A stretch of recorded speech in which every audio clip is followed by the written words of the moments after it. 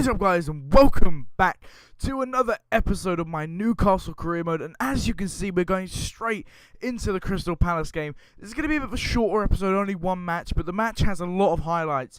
So as you can see, the teams coming out.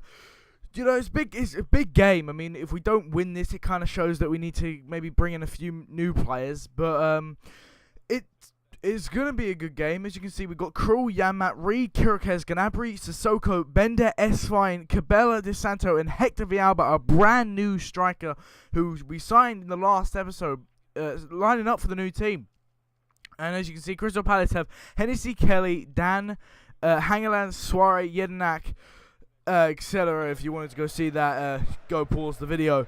But as you can see, De Santo passes to Cabela. Villalba dispossesses the centre-back, runs through and finishes it off to go 1-0 up against Crystal Palace in the 5th minute of the match. This really helps us out. I mean, 1-0 up, 5 minutes in is perfect. And it shows our striker that we signed in the last episode. I believe he's 20 years old. Scoring in 5 minutes of his first game for the club is brilliant. As you can see, going into the second highlight, Crystal Palace in the 11th minute went down to 10 men. So we had a chance, and we got a header from a corner by Sissoko. And it went out, but you know, it was a bit of a tough chance. I know the header didn't go very well. The keeper got a free kick, and we got straight back on the attack. Cabela passing it to Villalba. Villalba making a run, cutting inside, almost getting taken down, takes a shot, and another great save by Wayne Hennessy. And as you can see, he clears the ball. De Santo breaks inside in this highlight, 26 minutes in, and he gets a penalty. And there's a really good chance for us to get a second goal and go 2-0 up. As Ledley maybe kind of, he doesn't really misstep, he just gets in the way of De Santo as he's running in. So I accidentally give it to Cabela when I was meant to give it to De Santo.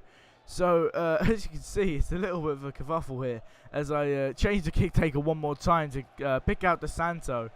And I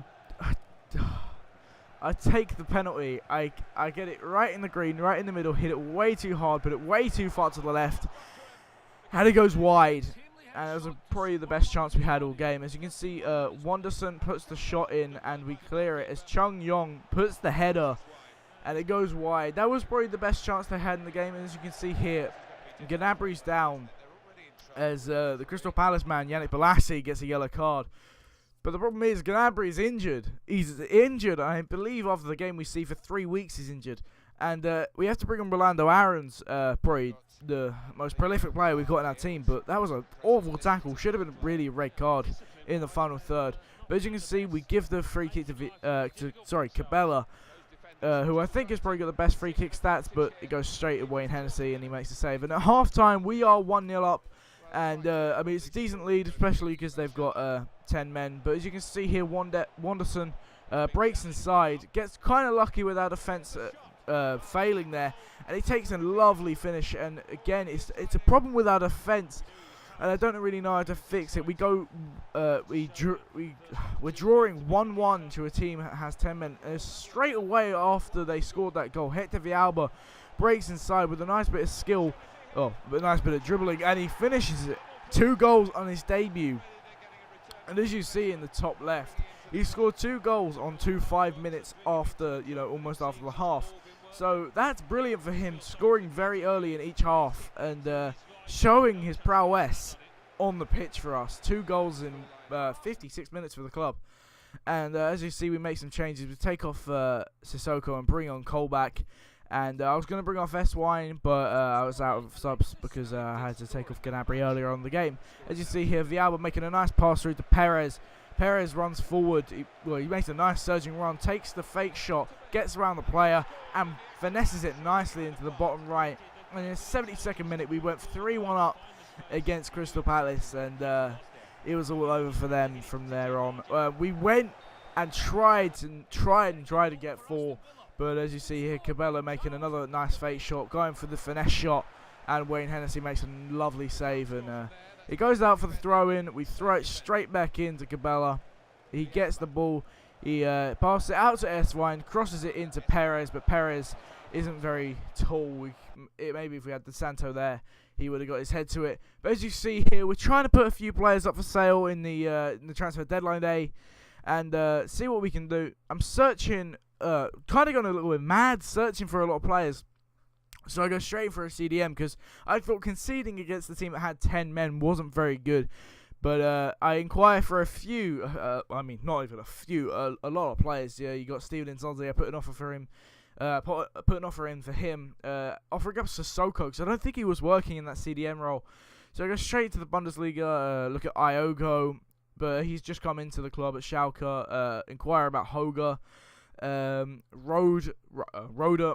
I mean, I thought he'd be a really good player. Look in the Serie A, look through a lot of players, but there's no one that really struck my fancy, really. I didn't really look at anyone I thought, that might be a good signing. But we get the inquiries back. I don't go into anyone. I looked at Steven Nzonzi for a minute, thinking 3.5 million, but I didn't have that kind of money at the time. So I go on a little bit, didn't get any offers back. I didn't get any inquiries back. So I put in an offer for Sissoko for Jeffrey Kondogbia, and the offer is unacceptable. So I go straight back through, look at a few players. Who should I offer up? And the name that came to mind was Tiote, because he's poor form, very unhappy. He's not getting played by me because I don't really like the player. So I offer him up with 0 transfer, and they didn't take Sissoko, who's worth a lot more and a bit higher rated and can play the position. But they take Tiote, and we sign Jeffrey Kondogbia. And as you see right now, we put him straight into the team, straight into the first lineup, the first 11, over Sissoko, but we play Sissoko on the right, of course, because Gnabry's injured. And looking through his stats, I mean, they're absolutely incredible. And he looks like such a class player, and he's going to work really well for the club. So, as you see right now, we're just going to round off transfer deadline day with the last 4 hours. Not much left to see, and yeah, I think we had a pretty successful transfer deadline day, signing a good defensive midfielder, and as you see after I round off transfer deadline day, our next game is against Swansea in the Capital One Cup. So yeah, guys, if you want to see that episode up soon, please like, subscribe, favourite if you haven't already, and yeah, guys, I will see you next time. Yeah.